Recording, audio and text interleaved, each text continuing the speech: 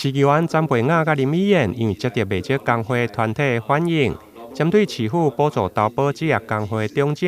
自付健保费超过市府补助的额度，伫申请的过程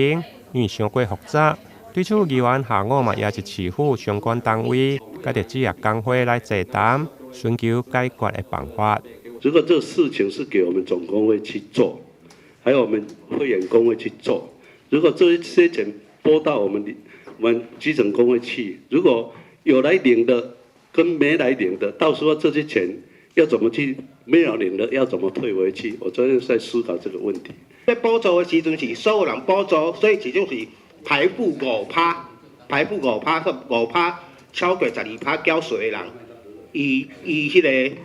袂当补助，这个有道理。但是所有这些人24万人，应该我理解无唔对，我看统计资料，24万人，红补助的时阵，现在唯独加基本工资的第一级职业工会才有去补这个61块。如果照逻辑来说，应该是所有被补助的65岁老人，这个61块都要补，大家爱对吧？出席的议员包括詹培雅、林美燕，还有罗坤浩甲林冠华。理工会代表有总工会、产业总工会、职业总工会，甲着各工会代表等。议员詹培雅服务处的执行长欧振豪，甲着议员林美燕表示，中者的健保费补贴的过程确实伤过麻烦。对此，市府副秘书长嘛回应，会甲健保局来协调。我们基本工资调涨之后，那我们在基本工资，所有的劳工原本保最低金额是28000多的，是保每个月要缴226块钱的健保费。那因为调涨之后有大概61块的差额，那我们台南市政府确实是释出美意，有补助这些劳工这61块。但是呢，在社会局在作业的过程中，竟然是把这样的工作内容丢给我们的基层劳工、我们的会务人员来做行政的流程。那首先这会造成几个困境。第一个是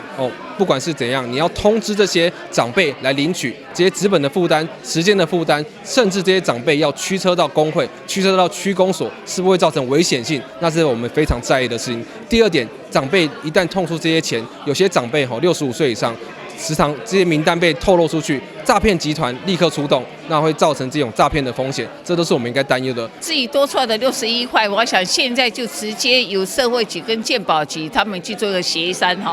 调啊，就直接去做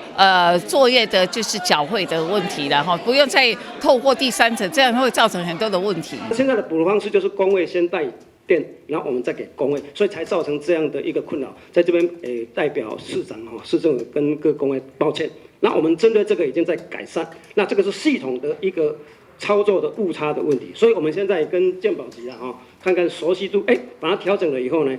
已经可以对接上了，但必须要在7月份的时候，就由我们市政府统一交给健保局，就不用透过工会了。那这一部分是在7月份，但这段期间。到7月份还有一个落差，要造车就由我们社会局来处理了，我们就不麻烦工会，由我们社会局处理以后，那由我们社会局再出这给健保局。市府补助65岁以上的长者健保费，因为随着基本工资的调整，